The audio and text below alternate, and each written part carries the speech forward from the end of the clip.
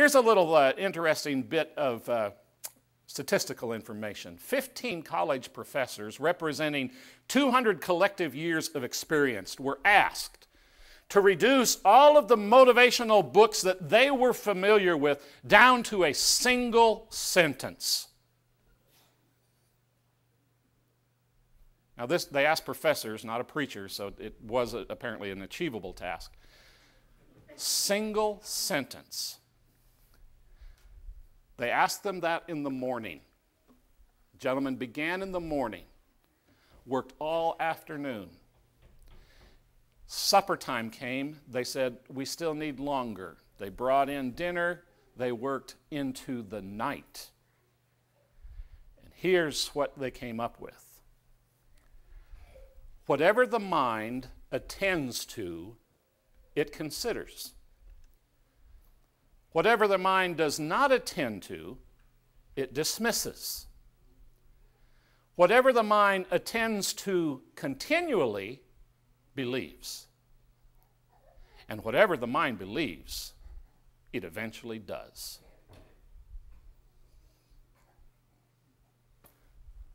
That is so true.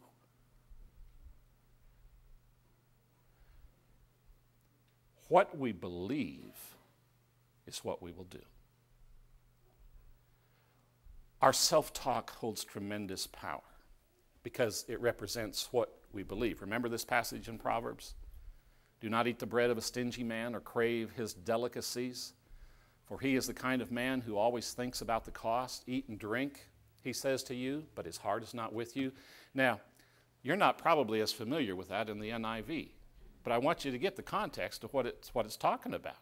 This guy says, hey, come on in and eat. And in his heart, he's thinking, don't touch my food. Leave it alone. The way you're more familiar with it is, for as he thinks within himself, so is he. You see, the text is telling us that what this person thinks inside of here is really what they are, not that they've said, here, come and eat this. Self-talk is powerful. Thanks, the margin notes in the New American Standard that it's literally the reckoning of the soul. As a man reckons in his soul, that is what he is. The Hebrew word actually is the word that means to split or to open, as you would a gateway or a gatekeeper would do as he opened the door. So the concept that is in all of this is that whatever we choose to open our heart to is what we are. Whatever we let into our hearts becomes who we are and what we are. So self-talk is powerful. Second of all, self-talk is also elusive. It is also elusive. One's predisposition to self-love and the tendency to grow comfortable with fears makes destructive self-talk very difficult to detect. In other words, I can sit here and say, you know, I talk positively to myself and I still don't feel like I'm experiencing the joy of transforming love. Well, know this, self-talk is very elusive. That destructive self-talk is very elusive. Maybe you've heard this. There was once a man who believed he was dead.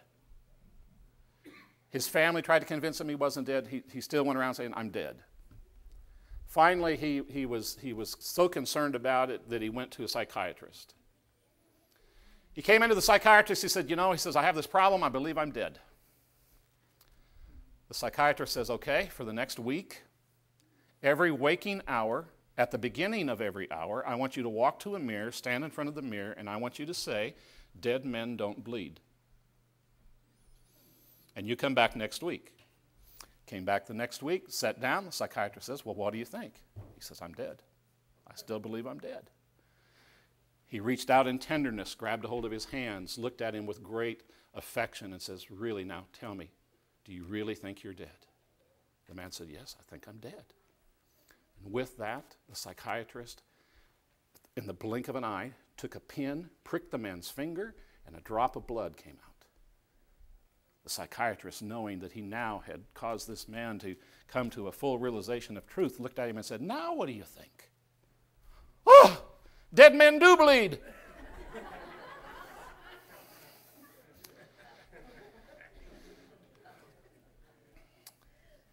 Do you know that some of my destructive, negative self-talk is just as ridiculous as that? And when it gets to the point that I either need to adjust my thinking so I can enjoy the transforming love working in my heart, that I can be just that ignorant and say, oh, dead men do bleed. I can be just that ridiculous. And it's not just my problem. Negative self-talk is elusive. I want you to help me with this little experiment.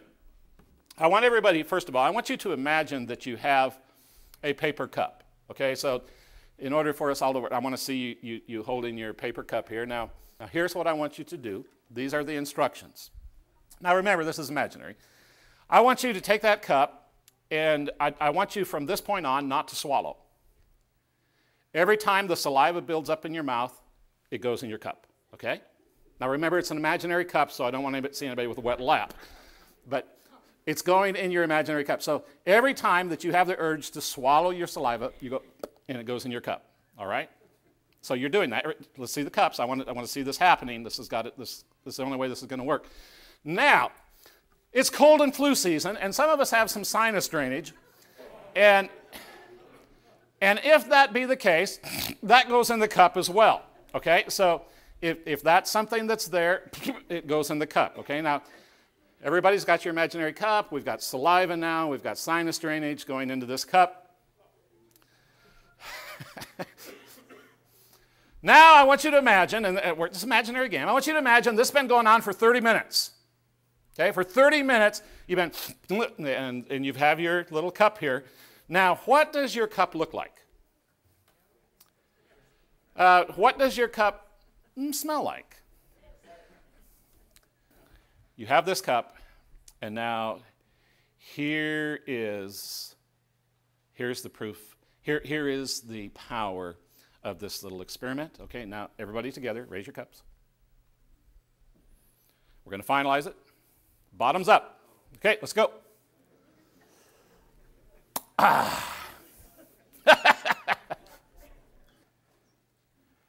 What'd that do to your mind? The whole concept of, you know you're doing that anyway? Not just for 30 minutes. You're doing it your whole life. You swallow that stuff every time it builds up in your mouth. So what makes it so different to put it out in a cup and then put it back where it was going in the first place? Exactly right, Dan. This does. The destructive self-talk is what makes that so repulsive. The point is this, folks. When you and I get something out that's in the inside and take a serious look at it, it makes it a whole lot harder to put it back down. And if we will take the time to spit out the destructive self-talk that we engage in that keeps us from living in the joy of God's transforming love, and take a look at what that is, it will be a whole lot harder to swallow it down. I realize the context, it has nothing to do with the illustration, but it does make the same point. That which proceeds out of a man, that is what defiles him. For within, out of the heart of man proceeds the evil thoughts, fornications, thefts, murders, adulteries, deeds of coveting and wickedness, as well as deceit, sensuality, envy, slander, pride, and foolishness. All of these things proceed from within the defile the man.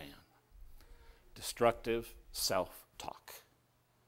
You know, some of those are pretty easy to identify, and you know, we can point those out. We can see how others have allowed evil self-talk to take over, can't we? We can witness fornication. We say, oh, those people have just let that evil self-talk. They're just following that evil self-talk. And then he talks about theft. Jesus talks about murder. He talks about adultery. He talks about coveting, wickedness, deception, envy, pride, etc. He has all this list, and we can see how disgusting that is with everybody else's case. But the problem is, some of our own elusive, negative self-talk is so beguiling and bogus and hidden that our spiritual motives get corrupt and we don't even know why. See if you can pick some of that all out in this text. Simon, Simon, behold, Satan has demanded permission to sift you like wheat. But I have prayed for you, that your faith may not fail, and you, once you have turned again, strengthen your brothers. But he said to him, Lord, with you I am ready to both go to prison and death. And he said, I say to you, Peter, the rooster will not crow today until you've denied 3 times that you know me. I want you to notice something about this. Peter heard the Son of God say this to him. This is not advice from a human being. This came from God himself. And Peter heard him say, I have prayed for you. Wow. Is there not anybody here that would be so humiliated if God himself looked you in the eye and said, Dan, I have prayed for you? If the prayers of a righteous man avail much, imagine what the prayers of God do. Peter heard that. Jesus said, I have prayed that your faith will not fail. Peter heard that. And then Peter also heard, once you return. Oh, I'd be processing that one a little bit. How about you? And Peter heard him say, I want you to strengthen others. But what did Peter do? If only Peter would have taken what was on the inside and stuck it in a cup so he could look at it for a while, he would have figured out. But no, Peter wasn't ready to change his self-talk, and so as a result, and let me just remind you the context in which that discussion took place with Jesus. It's the Last Supper. And the disciples are arguing about who's the greatest. And Jesus has washed everybody's feet. And Peter has already said, Lord, you're not going to wash my feet. Well, if I don't wash your feet, then you don't have any part in it. Well, then give me a bath. Now, Peter's already put himself out here. All of this self-talk has already become evident. And now Jesus says, Peter, I'm praying for you. But Peter decides rather that he's going to live in the dysfunctional deductions of his own cognitive thinking rather than develop a new self-talk that'll bring him to being able to live in the joys of the transforming love that Jesus gave him an opportunity to have right at that moment. Rudyard Kipling one time wrote this, words are the most powerful drug used by mankind. I'm going to say spiritually, the most powerful thing in your spiritual walk and in my spiritual walk is my self-talk. How I choose to talk to myself. How willing I am to examine my self-talk. Point number 3. What in the world? In the nueve lengua. A new language. A new accurate motivational self-talk swings on 3 hinges. And the first one is this. Your worth is a gift. Your worth is a gift. A new positive language of self-talk must hinge upon this truth. No one in this room is valuable because of who they are or what they do. Let me say that again. No one in this room is valuable because of who they are or what they do. Everyone in this room is valuable because that value has been given to us by God. That's the only value any of us have.